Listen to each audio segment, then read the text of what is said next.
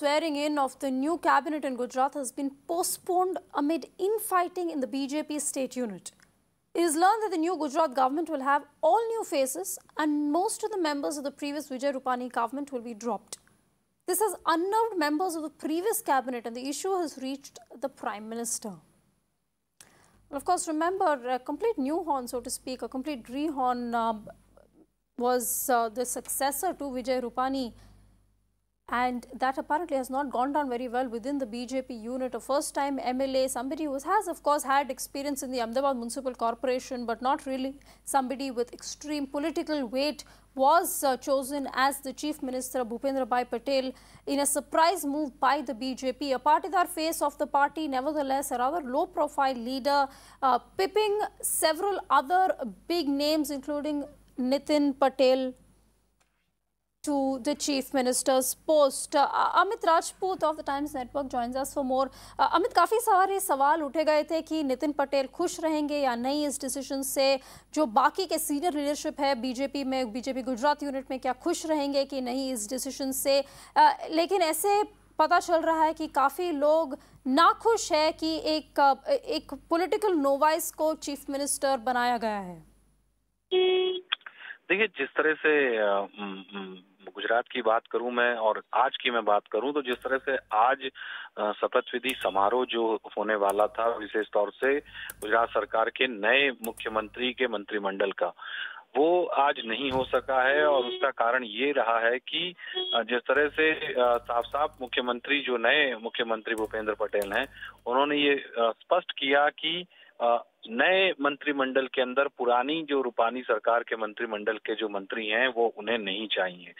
तकरीबन 90% मंत्रियों को नाम काटने की बात है वो सामने आई और उसके बाद से लगातार गांधीनगर के अंदर भूचाल सा मचा हुआ है। और खास करके जो गुजरात भारतीय जनता पार्टी के अध्यक्ष हैं CR पाटिल, उनके निवास स्थान पर लगातार भारतीय जनता पार्टी के नेताओं और जो विधायक हैं उनका आना जाना सुबह से ही लगा हुआ है।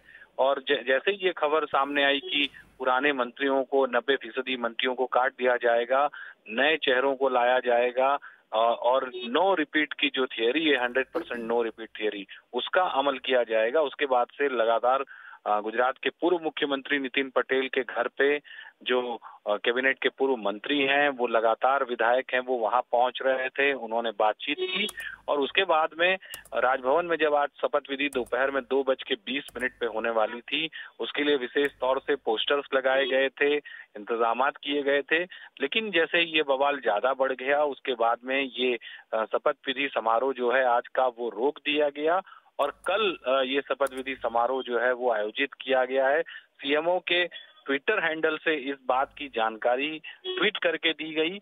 और ये जो असंतोष जो खड़ा हुआ है, जिस तरह से सामने आया है, उसको लेके भारतीय जनता पार्टी के गुजरात प्रदेश के अंदर और केंद्र में भी इस विषय पे चर्चाएं जो हैं ज्यादा चलने लगी हैं। बहुत ही घमासान मचा हुआ है, क्या हो सकता है, क्या नहीं हो सकता, उसका रास्ता निकालने की जो शुरुआत है वो की गई है। लेकिन ये जो 100% नो रिपीट का जो एजेंडा सामने आया है, उसके बाद से भारतीय जनता पार्टी के बहुत सारे जो कैबिनेट मंत्री, पूर्व विधायक जो हैं वो नाराज हैं।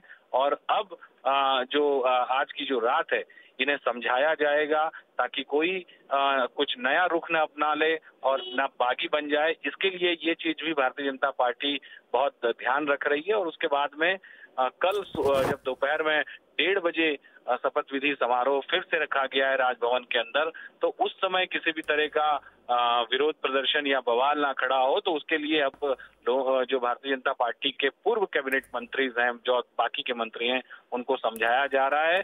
और स्वयं जो जानकारी हमें मिली है, ये मामला जो है वो प्रधानमंत्री मोदी तक पहुंच गया है और प्रधानमंत्री इस मामले में अपना मार्गदर्शन भी पार्टी के कार्यकर्ताओं को, प्रदेश के नेताओं को और जो नाराज विधायक हैं या मंत्री हैं, उन्हें भी अपना मार्गदर्शन देंगे। ये जानकारी हमें सूत्रों के हवाले से मिली। जी Amit, thanks so much for that. All not well within the unit. We'll of course keep a close eye on all those political developments, the new look cabinet, and of course how the party views that.